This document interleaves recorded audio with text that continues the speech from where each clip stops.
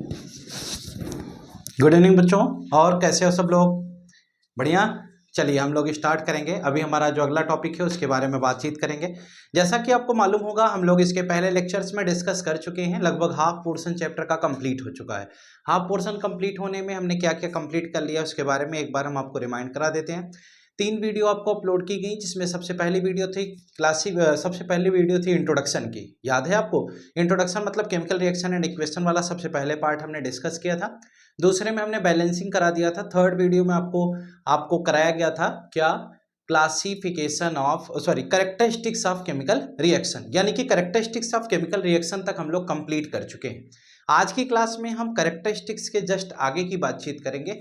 आज की क्लास में हमें क्या पढ़ना है, हम इसके बारे में सुनते हैं।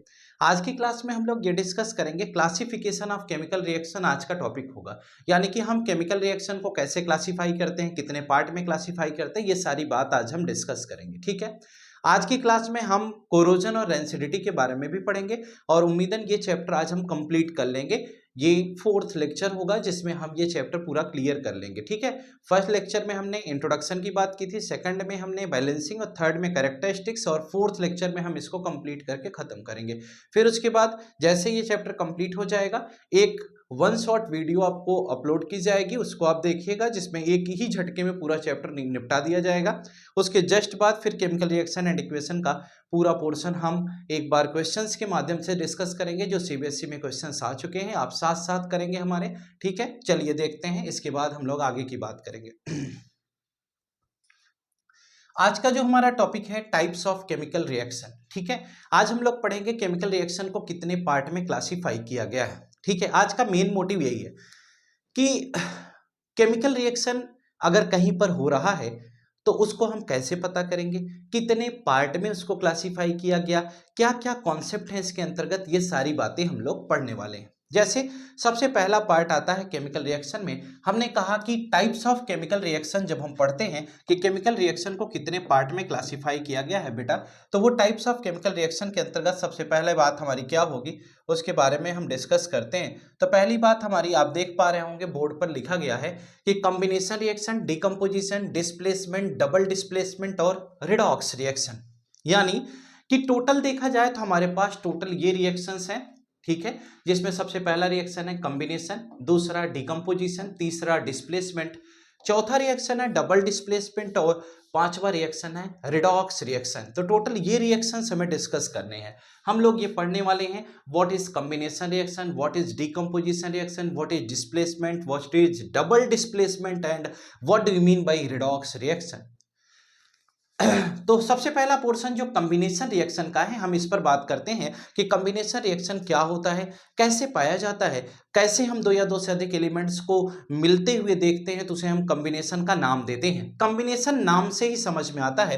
तो आइए हम लोग सबसे पहले यही डिस्कस करते हैं कि कॉम्बिनेशन क्या है, कैसे है, इसके बारे में हम बात करते हैं। जरा देखिएगा, अगर ये हमारा रिएक्शन है कॉम्बिनेशन रिएक्शन, ठीक है, नाम से ही हमें समझ में आता है कि कॉम्बिनेशन इसका नाम दिया गया, यानी कि कंबाइन होने के बारे में बात हो रही है बेटा।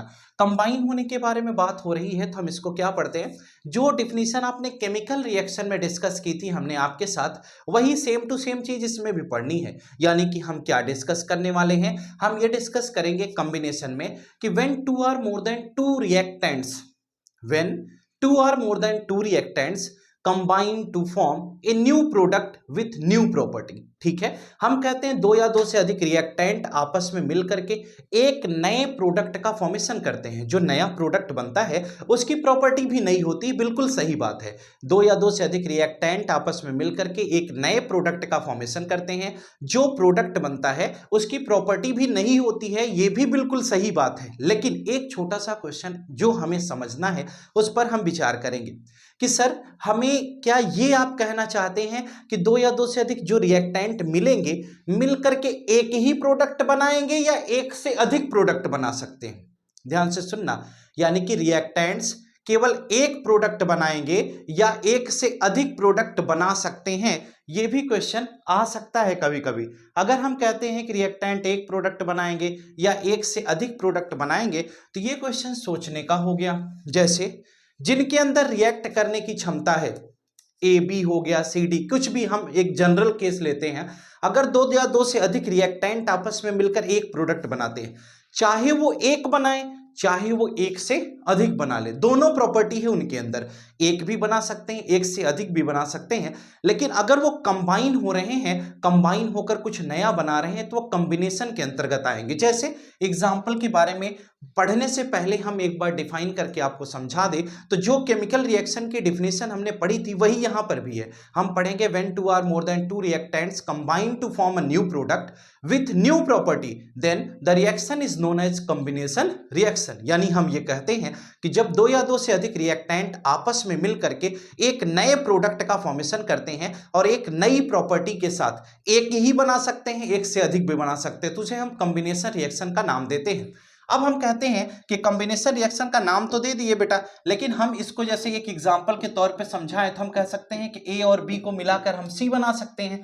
कहते हैं क्या सर ए और बी को मिलाकर के सी ही बनाएंगे, उससे ज्यादा नहीं बना सकते क्या?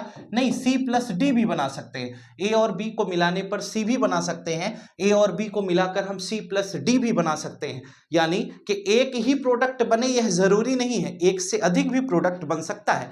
जैसे जो कॉम्बिनेशन का एग्जाम्पल आपने पढ़ा था, जैसे आपने कहा था कि Mg और O2 को मिलाएंगे बेटा तो क्या बनाएंगे? MgO। क्रिस क्रॉस मेथड में हमने ये चीज आपको पढ़ाया था।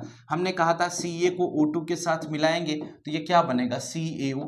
इसका मतलब दो या दो से अधिक रिएक्टेंट कंबाइन होकर के एक प्रोडक्ट बना रहे हैं, इसलिए कॉम्बिनेशन रिएक्शन हो गया। अच्छा, फिर हमारे दिमाग में ये आता है कि सर कॉम्बिनेशन तो ठीक है, लेकिन अगर यही रिएक्शन आप ये कह दें CaO प्लस H2O, यानी क्विक लाइम का अगर ट्रीटमेंट हम वाटर के साथ कराते हैं और प्रोडक्ट के रूप में कैल्शियम हाइड्रोक्साइड पाते हैं और साथ में हीट एनर्जी का रिमूवल अगर हम बताते हैं, यानी कि हम कहते हैं हीट इसमें बाहर निकल रही है, तो ये जो कैल्शियम हाइड्रोक्साइड यानी कि स्लेक्ड लाइम का फॉर्मेशन हुआ बेटा, ये कैल्शियम हाइड्रोक्साइड बना तो लिए हम, लेकिन हमारे साथ क्वेश्चन ये है कि क्विक लाइम में वाटर का एडिशन कराकर हम कैल्शियम हाइड्रोक्साइड बनाए, हीट बाहर निकल रही है, यह एक कैरेक्टरिस्टिक्स है केमिकल रिएक्शन की, ये बात हमें पता है। ठीक है सर, कैल्शियम हाइड्रोक्साइड का फॉर्मेशन हो गया, बिल्कुल परफेक्ट है, अच्छी बात है।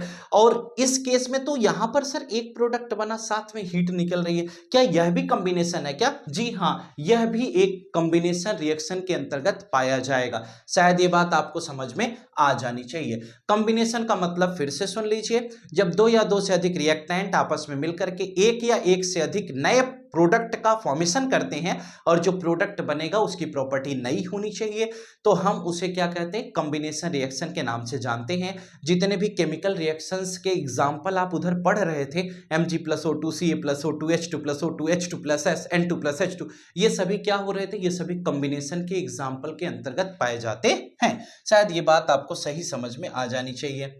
अब बेटा कॉम्बिनेशन रिएक्शन तो खत्म हो गया, कॉम्बिनेशन के बाद हमारा जो दूसरा रिएक्शन आता है इसको हम डीकंपोजिशन रिएक्शन के नाम से जानते हैं। डीकंपोजिशन नाम से ही पता चलता है कि डीकंपोज, यानी कि इसका मतलब कि डीकंपोज होने की बात हो रही है। डीकंपोज होने का मतलब कि कोई कॉम्प्लेक्स सब्सटेंस ब्रेक होकर के सिंपलेस्ट फॉर्म में कन्वर्ट होगा। अच्छा, हम कहते हैं कोई कॉम्प्लेक्स सब्सटेंस सिंपलेस्ट फॉर्म में कन्वर्ट होगा, सर सही है, यकीनन सही है, मुझे कोई आपत्ति नहीं है। लेकिन अगर कोई कॉम्प्लेक्स सब्सटेंस सिंपलेस्ट फॉर्म में कन्वर्ट होगा तो अपने आप ही हो जाएगा। क्या कोई कॉम्प्लेक्स सब्सटेंस सिंपलेस्ट में जाएगा तो क्या उसे थर्ड पर्सन की रिक्वायरमेंट नहीं पड़ेगी ना? हमारे केमिस्ट्री में थर्ड पर्सन बहुत सारे बताया था हमने कहा बिना किसी की मदद के कोई कॉम्प्लेक्स सब्सटेंस सिंपलेस्ट में भला कैसे कन्वर्ट हो सकता है? यानी कि किसी कॉम्प्लेक्स सब्सटेंस को सिंपलेस्ट फॉर्म में कन्वर्ट करने के लिए हमें किसी थर्ड पर्सन की रिक्वायरमेंट होती है। थर्ड पर्सन की रिक्वायरमेंट का मतलब हम कोई एक्स्ट्रा चीज उस पर, एक्स्ट्रा कोई भी मटेरियल, कोई सब्सटेंस किसी भी केमिकल के द्वारा हम उस पर वर्क कराएंगे, तब कोई कॉम्प्लेक्स सब्सटेंस सिंपलेस्ट फॉर्म में कन्वर्ट हो पाएगा। इसके अलावा कोई ऑप्शन नहीं है, किसी कॉम्प्लेक्स सब्सटेंस को आप सिंपलेस्ट फॉर्म में कन्वर्ट कर सकते हैं। तो हम कहते हैं कि कोई कॉम्प्लेक्स सब्सटेंस अगर मान लीजिए हमें दे दिया जाए बेटा AB, अगर कोई कॉम्प्लेक्स सब्सटेंस AB दे दिया जाए, हम कहते हैं इस AB को अगर हम कन्वर्ट करते हैं A+B में, अगर किसी कॉम्प्लेक्स सब्सटेंस को आप उसके सिंपलेस्ट फॉर्म में कन्वर्ट करते हैं तो उसके सिंपलेस्ट फॉर्म में कन्वर्ट करने के लिए आपको कुछ चीजों की जरूरत पड़ेगी। वो क्या होंगे? या तो आप इस कॉम्प्लेक्स सब्सटेंस को हीट करोगे, या तो आप इसे सनलाइट की प्रेजेंस में रखोगे, है ना, या तो फिर आप इसको इलेक्ट्रिक करंट की प्रेजेंस में रखेंगे, यानी कि ये तीन मेथड बताए जा रहे हैं, इन्हीं तीनों मेथड्स के माध्यम से हम क्या करेंगे, हम ए बी को ए प्लस बी में कन्वर्ट कर सकते हैं। यानी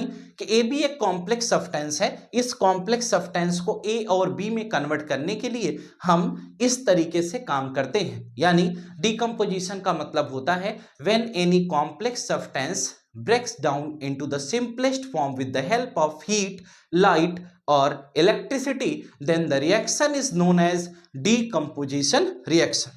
यानी कि इसे हम क्या कहते हैं, डीकम्पोजिशन रिएक्शन कहते हैं। चाहे वो हीट से टूट जाए, चाहे वो लाइट से टूट जाए, चाहे वह इलेक्ट्रिक करंट देने के बाद वह अपने सिंपलेस्ट फॉर्म में कन्वर्ट हो जाए। ये तीन मेथड आपको बताए गए, चाहे हीट से आप उसे सिंपलेस्ट में कन्वर्ट करिए, चाहे लाइट से करिए, चाहे इलेक्ट्रिक करंट से आप उसे सिंपलेस्ट फॉर्म में कन्वर्ट कर दीजिए।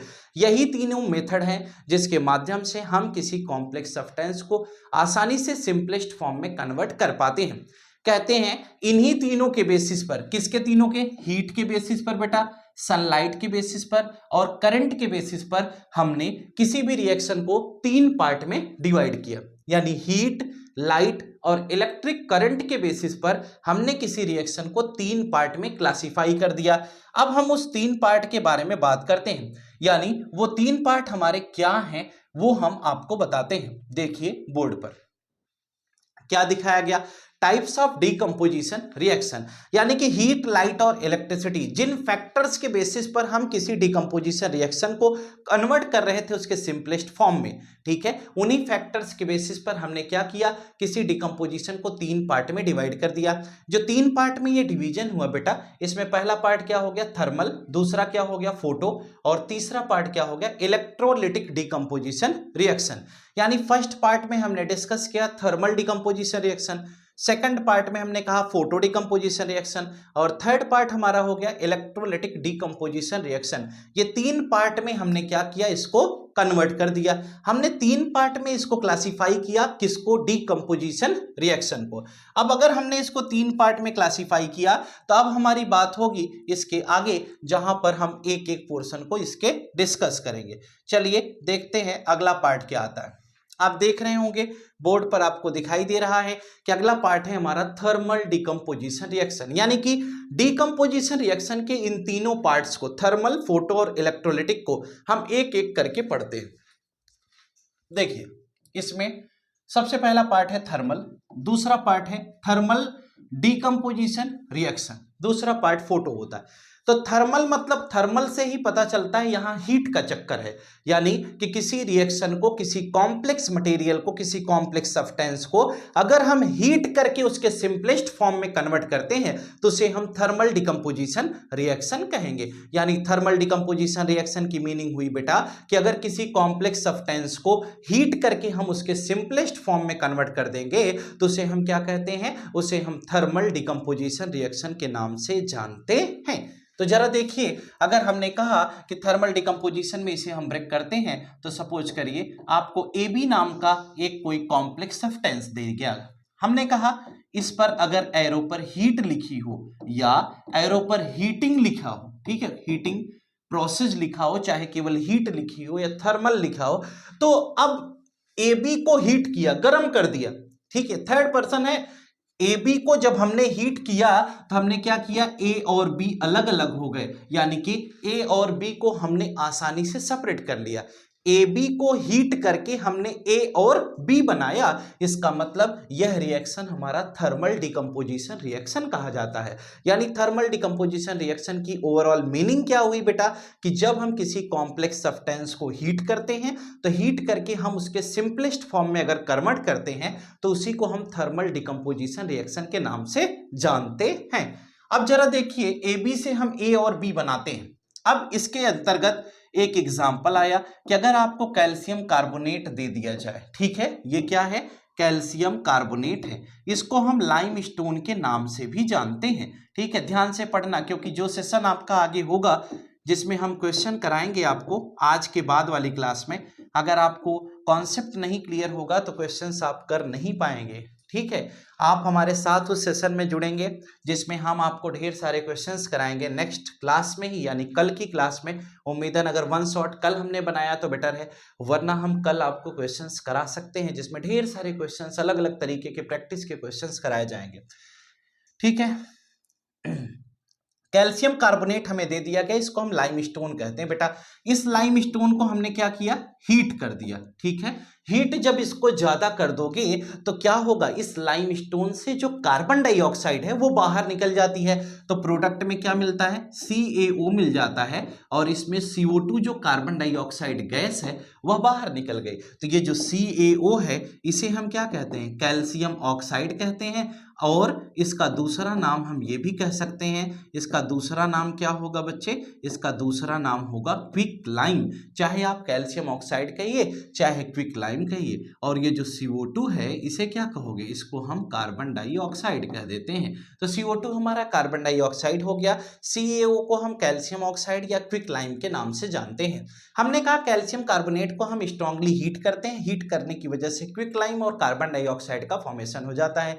क्विक लाइम हम CaO को कहते हैं और CO2 हमारा कार्बन डाइऑक्साइड कहा जाता है। शायद ये बात आपको समझ में आ जानी चाहिए। तो हमने कहा कि जब किसी हम रिएक्टेंट को स्ट्रांगली हीट करते हैं तो हीट करने से अगर हमें प्रोडक्ट मिलता है, और जो प्रोडक्ट मिलता है बेटा वो सिंपलेस्ट फॉर्म में मिलना चाहिए। अगर सिंपलेस्ट फॉर्म में हमने देखा CaO और CO2 बनता है तो CaO क्विक लाइम कहलाएगा और CO2 हमारा क्या कहलाएगा, कार्बन डाइऑक्साइड कहलाएगा।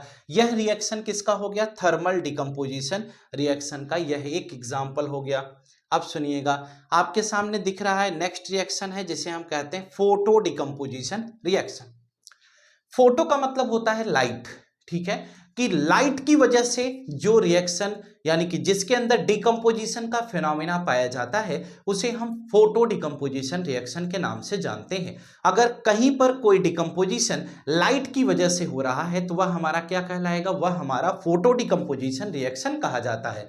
जरा देखिए, लाइट की वजह से होने वाले इस रिएक्शन में हम क्या पढ़ेंगे, फोटो डिकम्पोजिशन रिएक्शन की बात अगर हम करते हैं तो हम इसके अंतर्गत क्या पढ़ने वाले हैं, जरा गौर करिएगा। हम कहते हैं वही कहानी कि अगर हमें AB दे दिया जाए, इस AB को हम सनलाइट की प्रेजेंस में रखते हैं। ठीक है, सनलाइट की प्रेजेंस में रखते हैं। सनलाइट की प्रेजेंस में जब हम रखते हैं तो हम क्या ऑब्टेन करते हैं कि ये A और B में टूट जाता है। A और B क्या है, यह सिंपलेस्ट फॉर्म ऑफ AB है, यानी कि AB एक कॉम्प्लेक्स कंपाउंड है। हमने कहा इसे सनलाइट की प्रेजेंस में रख करके हम इसके सिंपलेस्ट फॉर्म में इसे कन्वर्ट कर देते हैं। तो हमने कहा A और B में ये टूट जाता है बेटा। इसके अंतर्गत एग्जाम्पल में AgCl आता है, AgBr भी अपना नाम इसके एग्जाम्पल में बताता है। हमने कहा कि जब इस पर सनलाइट लिखा जाता है तो AgCl हमारा Ag+Cl2 में टूट जाता है। जब यहाँ से AgBr के ऊपर सनलाइट लिखा जाता है तो AgBr हमारा AgBr2 में टूट जाता है। तो AB को हमने सनलाइट दे करके A और B में आसानी से कन्वर्ट कर लिया। रिएक्शन बैलेंस करना आपको आता है, अब उसमें कुछ बताने की जरूरत नहीं है। अगर ऐसा रिएक्शन आएगा आपको लगता है कि इसे बैलेंस कर लेना चाहिए तो ऐसे ऐसे जगहों पर 2 आप आसानी से लगाइए। ये हमारा क्या हो गया, हमने कहा कि ये फोटो डिकम्पोजिशन रिएक्शन है जहां पर हमने सनलाइट की प्रेजेंस में AgCl से Ag+Cl2 का फॉर्मेशन किया। इसीलिए सिल्वर क्लोराइड, सिल्वर ब्रोमाइड ये सभी डार्क कलर की बॉटल्स में रखे जाते हैं जिससे कि इनके अंदर डिकम्पोजिशन का फिनोमेना ना हो। आगे देखिए, अब हमारे पास नेक्स्ट क्वेश्चन आया इलेक्ट्रोलिटिक डिकम्पोजिशन रिएक्शन। देखिए, अगर हम इलेक्ट्रोलिटिक डिकम्पोजिशन रिएक्शन की बात करते हैं तो क्या होता है इलेक्ट्रोलिटिक डिकम्पोजिशन रिएक्शन।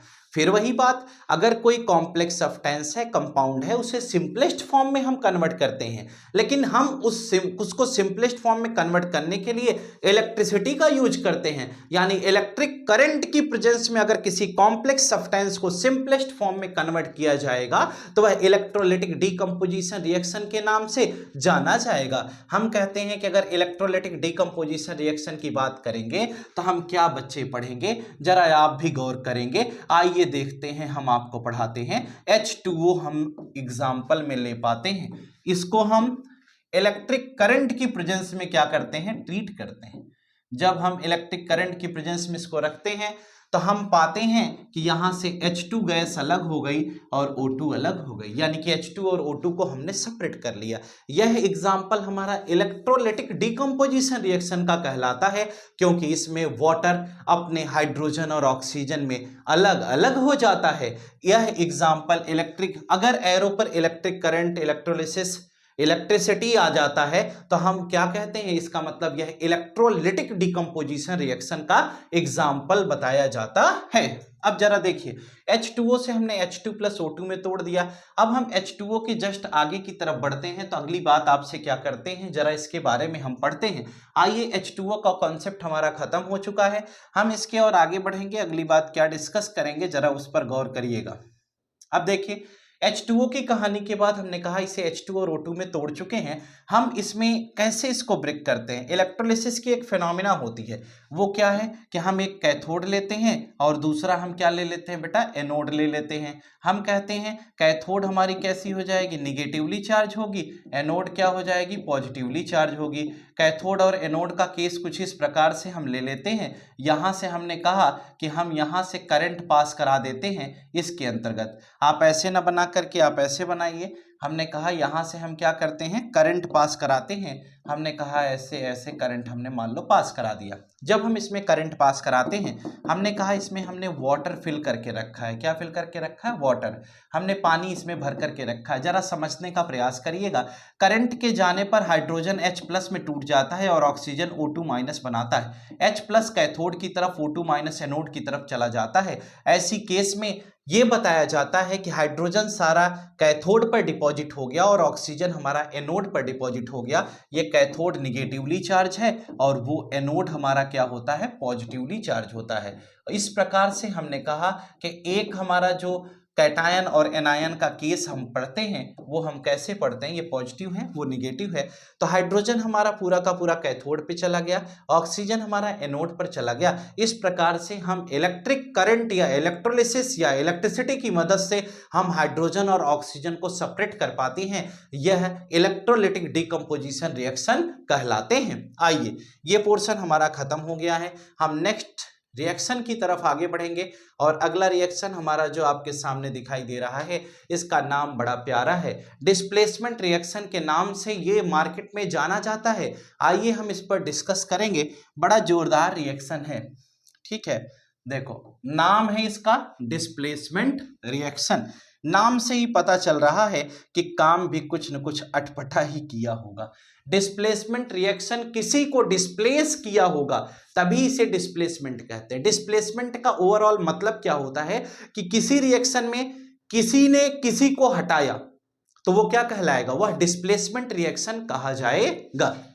जैसे हमने एक छोटा सा एग्जांपल अगर आपको दूं, तो हमने कहा AB प्लस, अगर हम AB के साथ C का ट्रीटमेंट कराते हैं, AB प्लस C, अगर हमने AB के साथ C का ट्रीटमेंट कराया तो हमने आपको क्या बताया, अगर ये C गया होगा, ठीक है, अगर C किसी को हटा दे और किसी के साथ जुड़कर बॉन्ड बना ले तो इसका मतलब क्या कहलाएगा, इसका मतलब यह कहलाता है कि यह डिस्प्लेसमेंट रिएक्शन के नाम से जाना जाएगा। C क्या है, यह एक मेटल होता है। AB अगर कहीं बना है तो एक कैटायन होगा, एक एनायन होगा। कैटायन को ये जाकर के डिस्प्लेस कर देगा और क्या बनाएगा, एनायन बनाएगा। कैटायन को डिस्प्लेस करके स्वयं उसके साथ जुड़ जाता है। इस प्रकार से ये कहा गया। जरा एक छोटा सा एग्जाम्पल समझिएगा, ये बड़ा पुराना एग्जाम्पल है हमारा, बड़ा फेमस भी हुआ। A और B दोनों दिए गए, हमने कहा इसको समझाने का एक सिंपल सा तरीका बताया आपको। A हमारा एक गरीब लड़का है, A क्या है, एक गरीब लड़का है, और B हमारा एक अमीर लड़की है। अब जरा समझिएगा, एक गरीब लड़के की एक अमीर लड़की से शादी हो जाती है और बच्चा, इसीलिए केमिस्ट्री, लोग कहते हैं केमिस्ट्री पढ़ना क्यों जरूरी है, क्यों नहीं जरूरी है, हम ये पूछते हैं। अगर आप कहते हैं केमिस्ट्री पढ़ना क्यों जरूरी है तो हमारा क्वेश्चन ये है कि क्यों नहीं जरूरी है। कहेंगे सर जरा समझाइए तो, क्या है उपयोग केमिस्ट्री का। ये देखिए ना, बॉन्ड बनाते समय हम अंधे हो जाते हैं, हमको समझ में नहीं आता किसके साथ क्या बॉन्ड बनाना है। बेटा बॉन्ड कभी भी आपको बनाना है तो वह बॉन्ड आपका स्ट्रांग हो, इसके लिए कुछ सावधानी जरूर बरतें। अब वो सावधानियां क्या हैं? अगर कभी भी आप कोई भी बॉन्ड बनाते हैं तो आपको मालूम होना चाहिए बॉन्ड बनाते समय साइज का और इलेक्ट्रोनेगेटिविटी का विशेष ख्याल रखें। अगर साइज डिफर कर रही है तो बॉन्ड कभी स्ट्रांग नहीं होगा। साइज अगर सेम है तभी बॉन्ड स्ट्रांग होगा। अगर साइज डिफरेंट हो जाए, एक की साइज इतनी है, एक की साइज इतनी है, तो बॉन्ड नहीं बन पाएगा, यानी कि बॉन्ड स्ट्रांग नहीं होगा। बनने को तो बन जाएगा, लेकिन बॉन्ड चले भी तो ये भी जरूरी है ना। बॉन्ड बनना ही बहुत बड़ी बात नहीं है, बॉन्ड बन गया तो कुछ आगे चलना भी तो चाहिए। ये नहीं कि आज बॉन्ड बना और कल टूट जाए। तो ये बहुत जरूरी था, लेकिन ये बात एबी ने समझ नहीं पाया।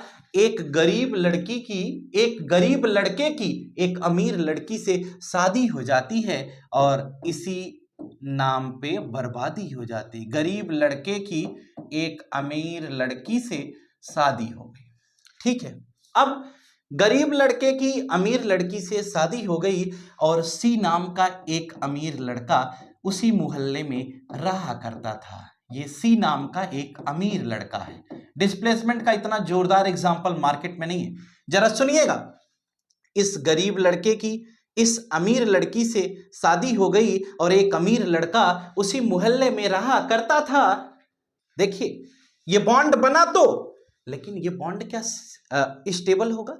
क्या इसमें जो प्रोडक्ट बनेगा वो बिल्कुल परफेक्ट होगा? नहीं बेटा, गरीब है ना, यहां गरीब की अमीर से शादी हुई ना, तो इसका मतलब ये कहते हैं जिंदगी भर जो हम खाए हैं वही तुम्हें खिलाएंगे। तो लड़कियां क्या कहती है? लड़कियां कहती है कि हम चॉकलेट खा के आए हैं, चॉकलेट ही खाए हैं। ये कहेंगे कि हम दाल रोटी खाते थे, दाल रोटी खाए हैं, दाल रोटी ही खिलाएंगे, हम तुम्हें चॉकलेट नहीं खिला पाएंगे।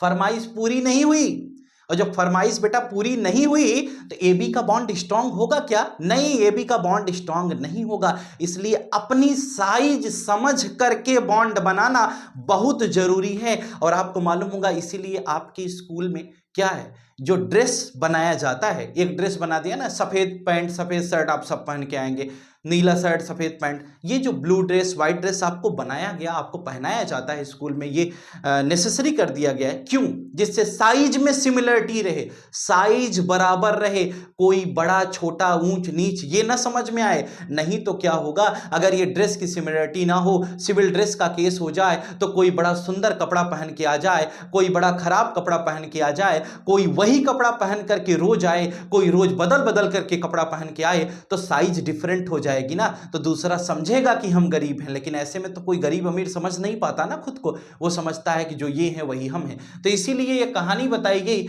एक गरीब लड़के की एक अमीर लड़की से शादी हो जाती है। देखिएगा डिस्प्लेसमेंट कैसे होता है। ये बॉन्ड खटपटा गया, ये बॉन्ड चल नहीं पाएगा। क्यों? क्योंकि यहां स्टेबिलिटी नहीं है। क्यों नहीं है? क्योंकि साइज यहां डिफरेंट है। सर लेकिन साइज डिफरेंट है तो बॉन्ड कैसे बन गया? बॉन्ड बन जाता है बेटा इलेक्ट्रॉन के ट्रांसफर से, शेयरिंग ऑफ इलेक्ट्रॉन से, किसी तरह से बॉन्ड बन जाता है। बॉन्ड जब बनता है तो उस समय वो थोड़ा ना बताता है कि हमारी साइज गड़बड़ है, वो तो बाद में समझ में आता है बॉन्ड बनने के बाद कि साइज गड़बड़ है।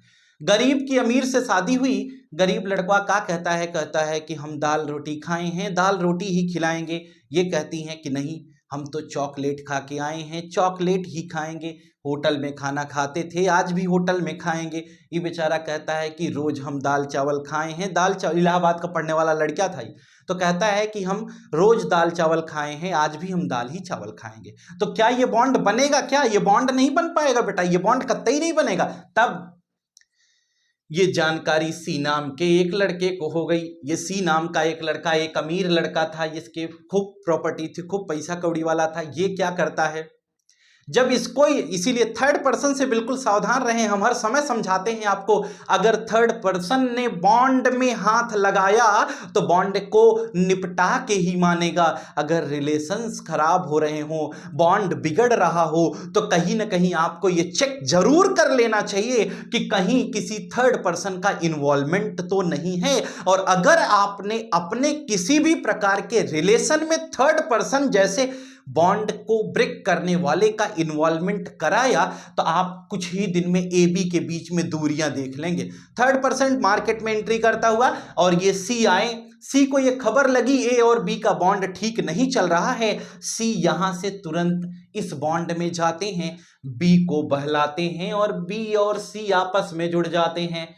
ए यहां से बेचारा हो गया, ए यहां से बॉन्ड, ए का बॉन्ड खत्म हो गया। सी ने कहा कि तुम चॉकलेट खाओगी तो हम चॉकलेट खिलाएंगे, हमारे साथ जुड़ जाओगी तो हम भी स्टेबल हो जाएंगे। और ये बेचारे ए दाल रोटी वाले ये बेचारे हो गए, ये मार्केट से बाहर हो चुके हैं। यानी कि सी ने ए को डिस्प्लेस कर दिया। इसका मतलब सी की रिएक्टिविटी बेटा ए से ज्यादा थी। अगर सी की रिएक्टिविटी ए से ज्यादा थी तो सी ने ए को हटाया और प्रोडक्ट के रूप में क्या आया, सी बी प्लस ए। आप देख पा रहे हैं, यानी कि सी ने ए को हटाया, सी बी नाम का एक प्रोडक्ट बनाया और ए यहां से रिएक्शन में बाहर आ गया। आप देख पाए होंगे कि ये केवल ये होता है कि जो हाईली रिएक्टिव एलिमेंट होता है वो हाईली रिएक्टिव एलिमेंट के साथ ही स्टेबलाइज हो रहा है। सामाजिक जो चीजें हैं ना उसे बदलना मुश्किल हो गया है। आज एक गरीब तबके का व्यक्ति सामाजिक जीवन जी तो रहा है, लेकिन वह गरीब से गरीब होता जा रहा है। लेकिन अमीर अमीर क्यों होता जा रहा है? क्योंकि अमीर अमीर के साथ बॉन्ड बनाता है, गरीब गरीब के साथ बॉन्ड बनाता है। जब कभी गरीब अमीर से जुड़ जाता है और बॉन्ड अगर स्टेबल बना ले जाता है तो वह गरीब भी अमीर की सीढ़ी पर चढ़ जाता है। कुछ दिन बाद वह गरीब भी अमीर जैसा अमीर बन जाता है। तो इसीलिए कहा गया कि गरीब गरीब से बॉन्ड बनाता है, अमीर अमीर से बॉन्ड बनाता है, तभी बॉन्ड भी चल पाएगा। क्योंकि हमारी केमिस्ट्री बिल्कुल सामाजिक दुनिया को पढ़ाती है। कहते हैं गरीब गरीब से बॉन्ड बनाता है, अमीर अमीर से बॉन्ड बनाता है, लेकिन जब कभी गरीब को अमीर से बॉन्ड बनाने का मौका मिल जाता है तो उस मौके का उपयोग करके वह गरीब अमीर बन जाता है। लेकिन ये मौका बहुत रेयर केस में आता है, यह मार्केट में इतना आसान नहीं है। तो बेटा इसलिए आप देख पाए कि ए बी का बॉन्ड वीक क्यों था? वीक क्यों था? क्योंकि साइज डिफरेंट थी। सी ने ए को आसानी से हटाया, सी बी नाम का प्रोडक्ट बनाया, ए बाहर हो गए। इनके अब समझ में जाके आया कि आखिर क्यों हमने किसी बड़े साइज वाले से बॉन्ड बनाया। अब इनको ए को समझ में आ गया कि हम गलत साइज से, हमारी केमिस्ट्री इतनी अच्छी है, इतनी समझदारी की बात करती है कि अगर केमिस्ट्री पढ़ लिए तो आपकी केमिस्ट्री नहीं गड़बड़ होगी। ये श्योर है, क्योंकि आप देखिए ना, हम इसी को समझने के लिए एक और मेथड यूज करते हैं। हमारे यहाँ एक रिएक्टिविटी सीरीज है जो 3rd चैप्टर में आपको पढ़ाई जाती है। रिएक्टिविटी सीरीज में बेटा एक हाइड्रोजन नाम का एलिमेंट है जो रेफरेंस एलिमेंट के रूप में कंसीडर किया जाता है। हम कहते हैं हाइड्रोजन के जो ऊपर के एलिमेंट है ये क्या है? यह एक रिएक्टिविटी सीरीज है। क्या है ये? एक रिएक्टिविटी सीरीज। हम कहते हैं हाइड्रोजन के जो ऊपर के एलिमेंट हैं, अगर इनकी हम बात करें, हाइड्रोजन के ऊपर वाले जो एलिमेंट्स हैं इनकी अगर हम बात करें तो ये मोस्ट रिएक्टिव होते हैं, हाइड्रोजन के नीचे वाले लीस्ट रिएक्टिव होते हैं। हम कहते हैं हाई मोस्ट रिएक्टिव एलिमेंट जो होता है वह लीस्ट रिएक्टिव एलिमेंट को आसानी से डिस्प्लेस कर सकता है। यानी मोस्ट रिएक्टिव एलिमेंट के अंदर यह टेंडेंसी होती है कि वह लीस्ट रिएक्टिव को आसानी से डिस्प्लेस कर सके। यानी कि highly reactive element lowest reactive या लीस्ट रिएक्टिव एलिमेंट को आसानी से डिस्प्लेस करने की टेंडेंसी रखता है। तो ये जो मोस्ट रिएक्टिव एलिमेंट है वो यहां होगा, ये नीचे वाले को क्या कर देता है? आसानी से हटा देता है। और ये बात आपको भी पता होगी कि जो हमारे जीवन में सामाजिक प्रक्रियाओं में जो ऊपर होता है वो क्या करता है? नीचे वाले को हटा सकता है, उसके अंदर ये क्षमता है। अब आप देखिए, जो ऊपर कार्यरत है वही तो नीचे वाले को हटाता है। कोई नीचे वाला व्यक्ति अगर सोचे ऊपर वाले को हटा दे, ये एक जॉब के रिस्पेक्ट में हम बात करें। यानी कि आप देखिए स्कूल में अगर आप बात करें तो सीरियल वाइज आप देखें तो जो सबसे ऊपर बैठा है वो सबका मालिक है, वो नीचे वालों को हटा सकता है। जो उनसे नीचे हैं वो अपने से नीचे को हटा सकते हैं, लेकिन अपने से ऊपर वाले को नहीं हटा सकते। उनसे जो नीचे हैं वो अपने नीचे वालों को हटा सकते हैं। यही रिएक्शन की एक प्रक्रिया है। हम कहते हैं जो हाईली रिएक्टिव एलिमेंट है वो अपने नीचे वाले रिएक्टिव एलिमेंट को आसानी से डिस्प्लेस कर देता है और उसको डिस्प्लेस करके उसके साथ नया बॉन्ड बना सकता है जो जिसके साथ वो जुड़ा होगा। इसी बात पे एक विचार आया कि अगर हमने CuO कॉपर ऑक्साइड होता है, इसका ट्रीटमेंट अगर हाइड्रोजन से कराया, H2 से अगर हम इसका ट्रीटमेंट करा दें तो हाइड्रोजन यहां होता है बच्चे, कॉपर यहां होता है, ठीक है। इसके नीचे Ag है, फिर Au है, AgAu ऐसे करके हम चले जाते हैं, Pt आ जाता है। फिर हमने कहा कि ये जो हाइड्रोजन है, हाइड्रोजन से नीचे कॉपर है, तो हाइड्रोजन कॉपर को हटा देगा कि नहीं? हाँ हटा देगा, क्योंकि हाइड्रोजन की रिएक्टिविटी कॉपर से ज्यादा है, तो हाइड्रोजन आसानी से कॉपर को हटाने के लिए सक्षम है। तो यह हाइड्रोजन कॉपर को हटाएगा, हाइड्रोजन ऑक्सीजन से जुड़ जाएगा, प्रोडक्ट के रूप में H2O + Cu आएगा। H2O हमारा वाटर हो गया और कॉपर ये हमारा मेटल हो गया, यानी कि H2O + Cu आ गया। इसका मतलब हाइड्रोजन ने कॉपर को हटा गया, इसका मतलब हाइड्रोजन की रिएक्टिविटी ज्यादा थी, कॉपर की कम थी, तो हाइड्रोजन ने कॉपर को हटाया, H2O बनाया और कॉपर बाहर आया। इस प्रकार से यह डिस्प्लेसमेंट रिएक्शन हमने पढ़ पाया। शायद ये बात आपको समझ में आ जानी चाहिए। ये तो था डिस्प्लेसमेंट रिएक्शन। डिस्प्लेसमेंट रिएक्शन की पूरी कहानी ये है कि highly reactive element least reactive element को किसी भी रिएक्शन में आसानी से डिस्प्लेस कर देते हैं और डिस्प्लेस करके एक नए प्रोडक्ट का फॉर्मेशन करते हैं। इसके एग्जांपल में अगर हम आपको बताएं तो एक प्रैक्टिकल एग्जांपल भी आपके पास है। अगर आप एक आयरन की रॉड ले लें और इसको आप क्या करें, कॉपर सल्फेट के सॉल्यूशन में मिला दें, यानी कॉपर सल्फेट आप सॉल्यूशन ले लीजिए, लैब में होता है, ठीक है, ब्लू कलर का होता है, ब्लू वाइट्रॉल कहते हैं। कॉपर सल्फेट पेंटाहाइड्रेट के नाम से लैब में पाया जाता है। उस कॉपर सल्फेट को आप निकाल लीजिए थोड़ा सा, ठीक है, बीकर में लेकर के ग्लास रॉड से उसे घुमा करके क्या बना दीजिए, आप सॉल्यूशन बना लीजिए। जब आप सॉल्यूशन बना लेंगे, उस सॉल्यूशन को आपको क्या करना है बच्चे, उस सॉल्यूशन में आप एक आयरन की रॉड डाल दीजिए, एक लोहे की छोटी सी कील ले लीजिए, उसमें उसको छोड़ दीजिए। जब आप उसमें उसको छोड़ देंगे, यानी कि कॉपर सल्फेट के सॉल्यूशन में आपने लोहे की एक छोटी सी कील, लोहे की एक छोटी सी रॉड आपने क्या किया, उसमें डिप कर दिया। कुछ दिनों के बाद आप पाएंगे कि आयरन ने कॉपर को हटा दिया, आयरन स्वयं सल्फेट से जुड़ करके FeSO4 यानी कि आयरन सल्फेट बनाया, कॉपर डिस्प्लेस हो गया। इसका मतलब ये हुआ कि आयरन ने कॉपर को हटाया, आयरन सल्फेट प्रोडक्ट के रूप में बताया, कॉपर बाहर निकल गया। तो ये क्या हो गया, आयरन सल्फेट, और ये क्या हो गया, कॉपर हो गया। तो हम कहते हैं कि जब आयरन कॉपर सल्फेट से रिएक्शन करता है तो आयरन सल्फेट और कॉपर का फॉर्मेशन कर लेता है। इस प्रकार से हम इसे क्या कहते हैं, इसे हम डिस्प्लेसमेंट रिएक्शन कहते हैं। इसमें कलर में भी चेंजेस आते हैं। सर ये कोई रिएक्शन है क्या, कैसे पता चलेगा? वही कैरेक्टरिस्टिक्स आप केमिकल रिएक्शन का कोई भी कॉन्सेप्ट लगा दीजिए तो आप आसानी से जान जाएंगे। ये आयरन सल्फेट है, इसका कलर बदल जाएगा, ठीक है, और इसका कलर ग्रीन हो जाएगा। अगर कलर बदल गया, ये क्या था, ब्लू था, ब्लू से ग्रीन में कन्वर्जन हो रहा है, इसका मतलब क्या हो गया, इसका मतलब हमें समझ में आ रहा है कि यह डिस्प्लेसमेंट रिएक्शन का केस है, यानी यहां डिस्प्लेसमेंट हो चुका है। अब जरा देखो आगे की तरफ बढ़ते हैं। अगला केस है डबल डिस्प्लेसमेंट रिएक्शन। अब डबल डिस्प्लेसमेंट क्या होता है, जैसे कोई कंपाउंड आपको दे दिया जाएगा, एक कंपाउंड आपको दिया गया, इसमें डिस्प्लेसमेंट आप कह सकते हो कि जैसे एक कंपाउंड दूसरे कंपाउंड से रिएक्शन करेगा, इसका कैटायन, इसका एनायन, इसका एनायन, इसका कैटायन, ये दोनों आपस में मिलकर नया बॉन्ड बनाएंगे, नया प्रोडक्ट हम पाएंगे। जरा देखिए एग्जाम्पल के माध्यम से ही हम आपको समझाएंगे।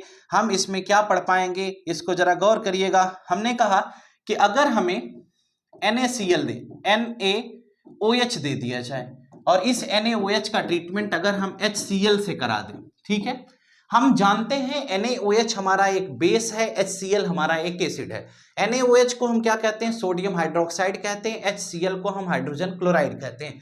NaOH का ट्रीटमेंट हम HCl के साथ कराना चाहते हैं। हम कहते हैं NaOH जब हमें दिया जाएगा तो हम यहाँ से Na+ और OH- बना लेंगे, और ये हमारा HCl जो होगा बेटा, यह H+ और Cl- में टूट जाएगा।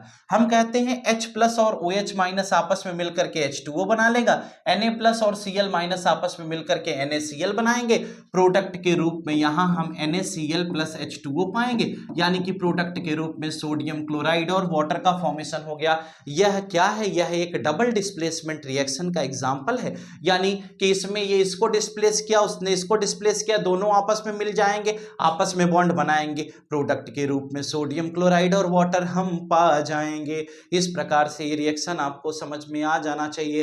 कहते हैं इसे डबल डिस्प्लेसमेंट रिएक्शन के नाम से हम जान रहे हैं, यानी कि जब हम डबल डिस्प्लेसमेंट का जिक्र करेंगे तो कुछ इस प्रकार से हमें प्रोडक्ट मिल जाता है। शायद ये बात आपको समझ में आ जानी चाहिए। हम कहते हैं इसी में अगर कोई और एग्जाम्पल दे दिया जाए, जैसे कि एक एग्जाम्पल हम कहते हैं KOH ले लें, ठीक है, KOH के साथ अगर हम H2SO4 का ट्रीटमेंट करा लें तो बेटा हम प्रोडक्ट क्या पाएंगे, KOH के साथ जब H2SO4 का ट्रीटमेंट कराएंगे तो इस केस में पोटेशियम हाइड्रोक्साइड को हम तोड़ पाएंगे, K+OH- में इसे बनाएंगे। यहां से हम इसको क्या कर देंगे, इसको हम 2H+ और SO4 2- में तोड़ देंगे। जब हम इसको 2H+ SO4 2- में तोड़ देंगे तो ये K+ हमारा कहाँ जाएगा, सल्फेट के साथ जाएगा, इसका 2 इधर इसका 1 इधर, ये H+OH- मिलकर के H2O बनाएगा, यानी प्रोडक्ट के रूप में K2SO4 आ जाएगा, यानी पोटेशियम सल्फेट, और दूसरा हमारा क्या आ जाएगा, वाटर, यानी कि H2O आ जाएगा। तो K2SO4 प्लस H2O मिल जाएगा इसमें, यानी पोटेशियम सल्फेट प्लस वाटर का फॉर्मेशन हो जाएगा। इस प्रकार से हम पोटेशियम सल्फेट और वाटर को आसानी से ऑब्टेन कर सकते हैं। शायद ये बात आपको समझ में आ जानी चाहिए, कोई दिक्कत? चलो, अब आया हमारा बड़ा ही जोरदार एक last topic, classification of chemical reaction का देखा जाए तो ये लास्ट टॉपिक ही है। इसमें हम पढ़ते हैं redox reaction. What is redox reaction, यानी कि हमें ये डिस्कस करना है कि रिडॉक्स क्या होता है, कैसे पाया जाता है, क्या क्या केसेज है रिडॉक्स के अंतर्गत। नाम से ही बड़ा प्यारा है ये, ठीक है। सबका नंबर देखिए क्या होगा, RED और ऑक्स, ठीक है। अगर हम इसको तोड़ते हैं तो हम क्या पाते हैं, हम कहते हैं ये रिडक्शन है, और ये क्या है, ये हमारा ऑक्सीडेशन है। यानी रिडक्शन और ऑक्सीडेशन के बारे में हम बात करते हैं। यानी रिडॉक्स का मतलब होता है कि the reaction in which reduction and oxidation reaction both take place simultaneously. यानी कि ओवरऑल अगर हम डिफाइन करने की बात करें तो हम क्या पढ़ेंगे, हम पढ़ते हैं द रिएक्शन इन विच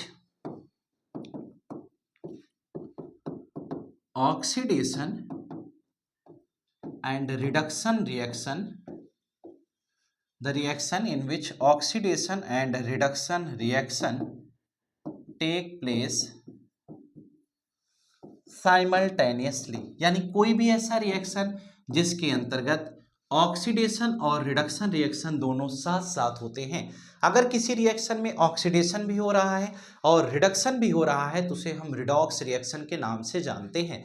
यानी the reaction in which oxidation and reduction reaction both take place simultaneously is known as redox reaction. उसे हम क्या कहते हैं, रिडॉक्स रिएक्शन के नाम से जानते हैं।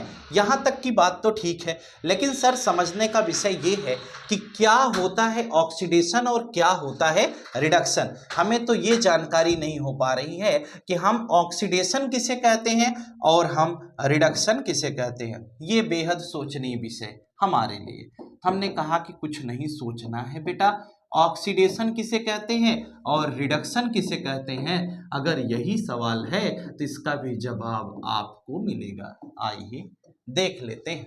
कहा यह गया कि ऑक्सीडेशन क्या है और रिडक्शन क्या है। अगर क्वेश्चन यही है तो इसको भी हम देखेंगे। पहले पार्ट में हम कहते हैं कि ऑक्सीडेशन का मतलब है एडिशन ऑफ ऑक्सीजन, यानी अगर किसी रिएक्शन में ऑक्सीजन का एडिशन हो रहा है तो उसे हम ऑक्सीडेशन कहते हैं। दूसरे पार्ट में आता है कि removal of addition of oxygen, और इधर हम क्या कहेंगे, इधर हम कहते हैं रिमूवल ऑफ ऑक्सीजन, यानी किसमें ऑक्सीजन रिमूव होगा। हम कहते हैं अगर ऑक्सीजन ऐड होता है तो ऑक्सीडेशन, और अगर ऑक्सीजन रिमूव होता है तो वह होगा रिडक्शन। दूसरी बात में ये आता है, ये एडिशन ऑफ ऑक्सीजन, वो रिमूवल ऑफ ऑक्सीजन। दूसरी केस में हम ये कह सकते हैं कि यहां पर क्या होगा, यहां पर होता है removal of hydrogen, removal of hydrogen, और इधर हो जाता है एडिशन ऑफ हाइड्रोजन। अगर हाइड्रोजन का एडिशन हो रहा है तो वह क्या कहलाएगा, वह रिडक्शन कहलाएगा, और अगर हाइड्रोजन का रिमूवल हो रहा है तो वह ऑक्सीडेशन कहलाता है। एक नया टर्म्स, इसके तो 6-7 तरीके हैं क्योंकि ये आपका क्लास 11th का पूरा एक चैप्टर होता है रिडॉक्स रिएक्शन। अभी हमको हमारे सिलेबस में केवल 2 हैं, लेकिन एक एक्सरसाइज में हम दिखा दे रहे हैं आपको, लॉस ऑफ इलेक्ट्रॉन, और इधर हो जाता है बेटा गेन ऑफ इलेक्ट्रॉन। यानी कि लॉस ऑफ इलेक्ट्रॉन और गेन ऑफ इलेक्ट्रॉन, ये इसके 2 पार्ट हो गए। यानी कि loss of electron is known as oxidation, whereas gain of electron is known as reduction. तो लॉस ऑफ इलेक्ट्रॉन क्या होता है और गेन ऑफ इलेक्ट्रॉन क्या होता है? अगर किसी एटम से इलेक्ट्रॉन लूज हो रहा है तो वह ऑक्सीडेशन होगा, कोई एटम गेन कर रहा है तो वह रिडक्शन होगा। अब इसी बात को लेकर के हम थोड़ा आगे की तरफ चलेंगे, एक एक पार्ट को एग्जाम्पल के साथ हम पढ़ेंगे और देखेंगे क्या होता है। अगर हम इसके अंतर्गत एग्जाम्पल्स की बात करते हैं कि रिडॉक्स रिएक्शन के क्या क्या एग्जाम्पल बन सकते हैं, तो हम क्या पढ़ेंगे? हम कहते हैं सपोज करिए वही रिएक्शन जो अभी हम पढ़ के आए हैं CuO प्लस H2, अगर हम इधर जाते हैं तो हम कहते हैं ये H2O बन गया और Cu हमारा बाहर निकल गया। इस क्वेश्चन में आप समझिएगा, हम कहते हैं H2 से ये क्या बन रहा है? H2O बन रहा है, और CuO से क्या बन रहा है? Cu बन रहा है। अगर हम कहते हैं H2 से H2O बन रहा है तो इस केस में बेटा क्या हो रहा है? हम कहते हैं इस केस में एडिशन ऑफ ऑक्सीजन है। क्या है? Addition of oxygen. CuO से Cu बन रहा है तो इस केस में हम क्या कहते हैं? इस केस में हम कहते हैं कि इसमें रिमूवल ऑफ ऑक्सीजन है। एक में ऑक्सीजन का एडिशन है और एक में ऑक्सीजन का रिमूवल है।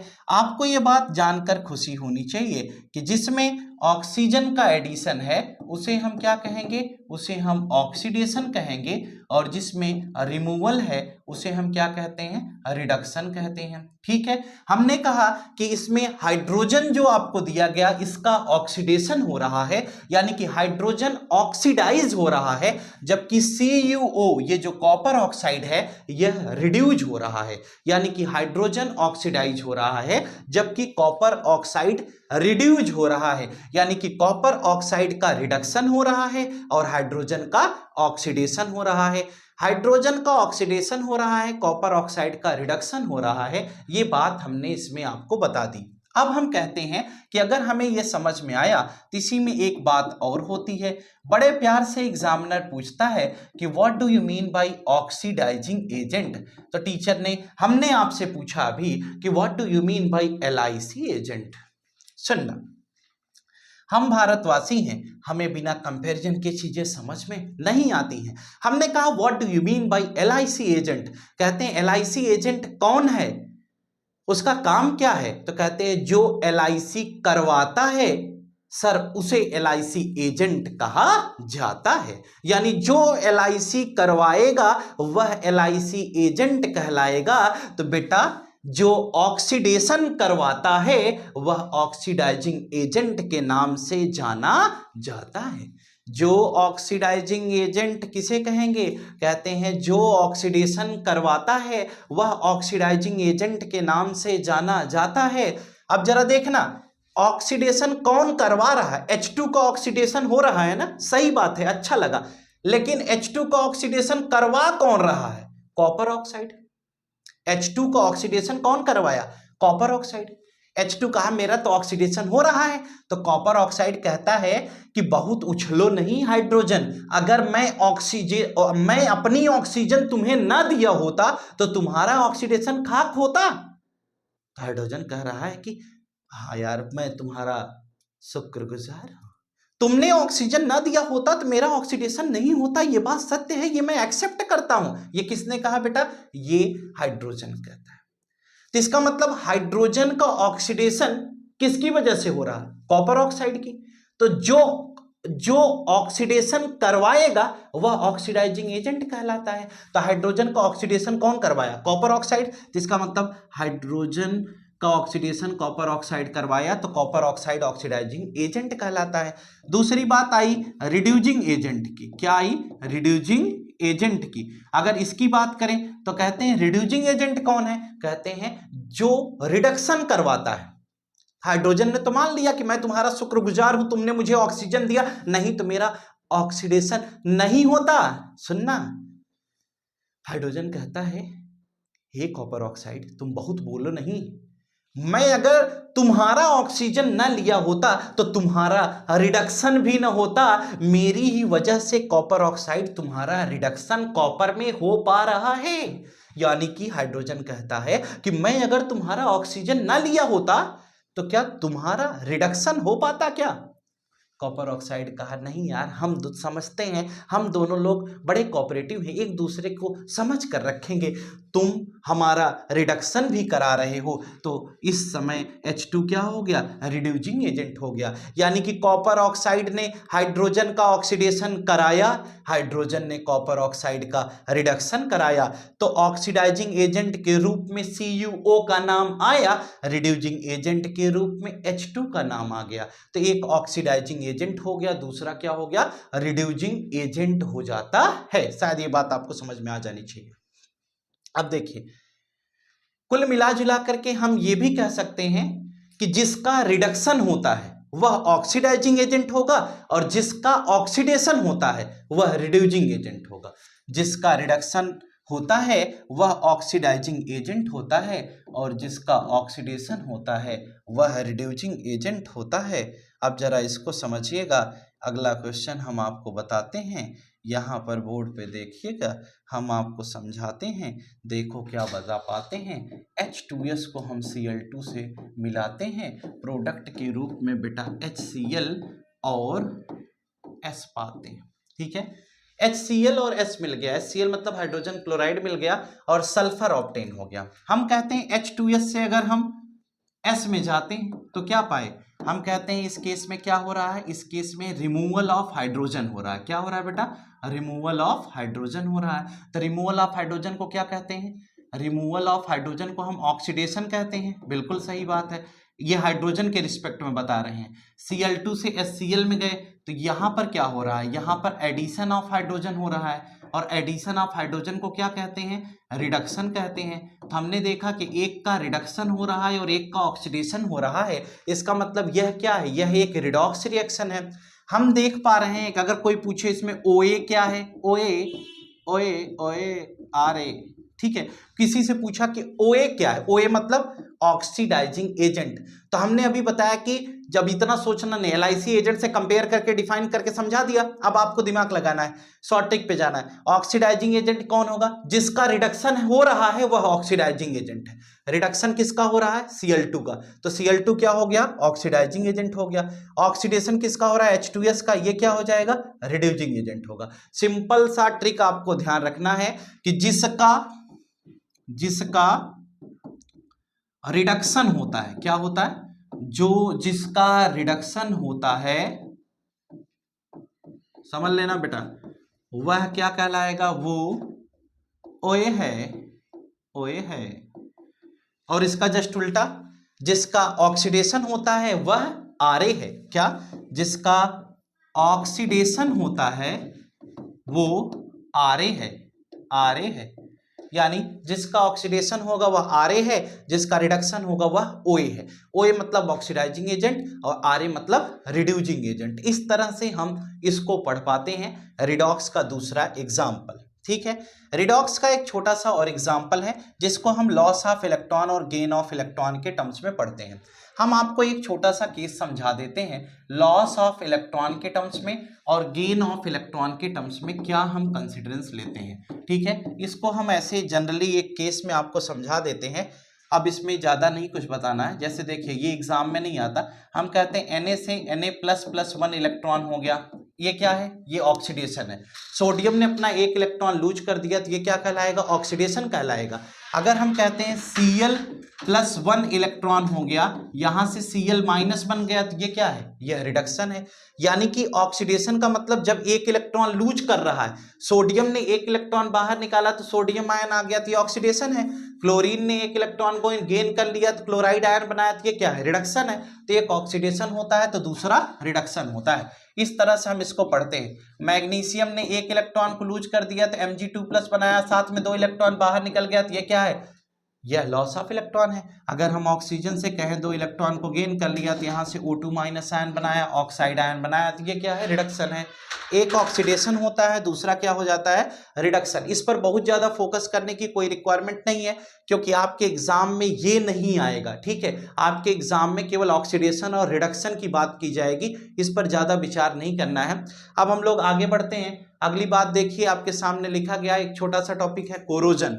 क्या होता है कोरोजन, हम कहते हैं the degradation of metal due to the action of air, moisture and water is called corrosion. Example में rusting of iron. Rusting of iron एक केमिकल प्रोसेस है। सुनना, डिग्रेडेशन ऑफ मेटल, यानी कि मेटल डिग्रेड हो जाता है जब किसी मेटेलिक बॉडी को, मेटेलिक सरफेस को, मेटल को हम एयर, मॉइस्चर या वाटर की प्रेजेंस में रखते हैं तो वो लेयर्स के फॉर्म में धीरे धीरे ब्रेक होने लगता है, टूटने लगता है, और इस प्रोसेस को हम क्या कहते हैं? कोरोजन कहते हैं। एग्जाम्पल में आप देख पा रहे हैं, उसका एग्जाम्पल रस्टिंग ऑफ आयरन बताया गया। बहुत ज्यादा क्वेश्चन नहीं आता। रस्टिंग ऑफ आयरन एक रिडॉक्स प्रोसेस होता है। उसी इक्वेशन को आपको याद करना है, हमने इसमें लिखा नहीं है, इसका ध्यान रखना। एक अभी जब वन शॉट बनाएंगे तो उसमें हम आपको लिख करके देंगे। उसमें क्या है कि रस्टिंग ऑफ आयरन आपको ध्यान रखना है, रस्टिंग ऑफ आयरन का इक्वेशन आपको ध्यान रखना है, Fe+O2+XH2O जाकर के Fe2O3.XH2O बन जाता है। यानी कि हम लिख भी देते हैं, आपको जरा देख लीजिएगा। इसका एक एग्जाम्पल है, वह क्या है कि Fe को हम क्या करते हैं? O2 के साथ ट्रीट करते हैं और यहाँ पर X मोल ऑफ वाटर लेते हैं, और जब हम इसको बनाते हैं तो ये क्या कहलाता है? यह Fe2O3.XH2O बन जाता है। तो Fe2O3.XH2O जो बनता है, इसको हम क्या कहते हैं? इसको हम नाम देते हैं फेरिक ऑक्साइड और हाइड्रेट। तो इसको आप आयरन ऑक्साइड या हाइड्रेटेड आयरन ऑक्साइड कह सकते हो, या इसका नाम होता है बेटा केमिकल रस्ट। क्वेश्चन आया सीबीएसई में भी पूछा जा सकता है कि what is the formula of chemical rust, या what is the formula of hydrated ferric oxide. तो ये फॉर्मूला होता है Fe2O3.XH2O के नाम से इसे हम रिप्रेजेंट करते हैं। ये ध्यान रखना है। आयरन के साथ ये आपका केस एक हो गया। रस्टिंग ऑफ आयरन के जस्ट आगे चलते हैं तो हमारा प्रिवेंशन फ्रॉम कोरोजन बाई, क्या क्या मेथड है जिसके द्वारा हम क्या कर सकते हैं? कोरोजन से प्रिवेंशन के बारे में बात करते हैं। पहला है गैल्वेनाइजेशन, गैल्वेनाइजेशन जिंक की कोटिंग करके। दूसरा है पेंटिंग, अगर हम उसकी लेयर पर एक पेंट लगा देते हैं, पेंट लगाने से क्या हो जाता है कि एयर, मॉइस्चर या वाटर का कांटेक्ट उस मेटेलिक बॉडी में नहीं बन पाता है। तीसरा है लुब्रिकेशन, ऑयलिंग करके। इलेक्ट्रोप्लेटिंग, इलेक्ट्रोप्लेटिंग मेटल की कोटिंग करके। एलॉइंग, उसमें अलग अलग मेटल को मिक्स करके हम एलॉय का फॉर्मेशन कर दें। यह मेथड्स जो होते हैं, यह प्रिवेंशन फ्रॉम कोरोजन के बारे में बताया गया। इसका डिस्कशन की भी एक वीडियो हम केवल कोरोजन पर आपको दे देंगे, लेकिन अभी तो नहीं पॉसिबल है क्योंकि एग्जाम बहुत करीब है। जो इंपॉर्टेंट टॉपिक्स है उसको कवर करके चल रहे हैं। हम नेक्स्ट क्लास में जब शॉर्ट एक पूरी वीडियो आपको अपलोड करेंगे जिसमें हम आपको वन शॉट में ये चैप्टर कंप्लीट कराएंगे, तो उसमें थोड़ा और एक्सप्लेन इसको कर देंगे। अगली बात है रेंसिडिटी। रेंसिडिटी क्या होती है? हम कहते हैं जब किसी ऑयली या फैटी फूड मटेरियल को हम किसके कांटेक्ट में, ऑक्सीजन के कांटेक्ट में रखते हैं, मॉइस्चर के कांटेक्ट में रहते हैं, तो उसका टेस्ट और स्मेल दोनों बदल जाता है, और इस फिनोमिना को हम क्या कहते हैं? रेंसिडिटी कहते हैं। और आगे बताया गया कि जो फूड होता है वो फूड क्या कहलाता है? रेंसिड फूड के नाम से जाना जाता है। अब बताया गया प्रिवेंशन फ्रॉम रेंसिडिटी, फूड को रेंसिड होने से बचाएं। तो कैसे बचा सकते हैं? हम उसमें BHA और BHT एंटीऑक्सीडेंट मिला दें। एंटीऑक्सीडेंट एग्जाम में आ सकता है, दो एंटीऑक्सीडेंट है, butylated hydroxy anisole, butylated hydroxy toluene. ये आपके दो ऐसी केसेज हैं, इन दोनों को मिला करके हम क्या कर सकते हैं? हम एंटीऑक्सीडेंट के बारे में बात कर सकते हैं। अगली बात ये बताई गई कि रेंसिडिटी से बचने के लिए एयर टाइट कंटेनर का यूज कर सकते हैं, सनलाइट से दूर रख सकते हैं, ठीक है। इस तरह के तमाम केसेज है। रेफ्रिजरेटर में हम फूड को पैक करके रख सकते हैं, नाइट्रोजन गैस की प्रेजेंस में रखें, जैसे चिप्स कुरकुरे जितने भी आते हैं सब नाइट्रोजन गैस के प्रेजेंस में रखे जाते हैं। तो ये सभी चीजें हम कर सकते हैं। ये सभी ऐसे मेथड्स हैं जिसके द्वारा हम ऑक्सीजन के इन्वॉल्वमेंट को रोक सकते हैं फूड के अंदर से। यह पूरी प्रोसेस है जिससे हम फूड को रेंसिड होने से बचा सकते हैं। अब हम बात करते हैं, अगला पॉइंट है, आप देख रहे हो बोर्ड पर चैप्टर एंड हो चुका है। अब इस चैप्टर में कुछ भी नहीं बचा है। ये chapter chemical reaction and equation जो आपको पढ़ाया गया शायद आपको बेहतर समझ में आ जाना चाहिए, ठीक है। आज के लिए फिलहाल इतना ही, और ध्यान रहे ये चैप्टर पूरा कंप्लीट हो चुका है। कल की क्लास में हम वन शॉट वीडियो के द्वारा इसको रिवाइज कराएंगे और बहुत तेजी से रिवाइज कराएंगे। उम्मीद करता हूं कि अगर ये वीडियो आपने देखी होगी तो नेक्स्ट वीडियो जो आएगी उसमें आप बड़ी तेजी से रिवीजन कराऊंगा। मुश्किल से मुश्किल 1 घंटे के अंदर या 45 मिनट के अंदर पूरा चैप्टर मैं पढ़ दूंगा। आप देखता हूं आप कितना अच्छा समझ पाते हैं। अगर समझ में आया हो तो कमेंट में जरूर लिखिएगा। आज के लिए फिलहाल इतना ही। लाइक शेयर सब्सक्राइब करना ना भूलें, ठीक है। अपने channel the secret of chemistry powered by Mansa sir. Thank you and have a nice day.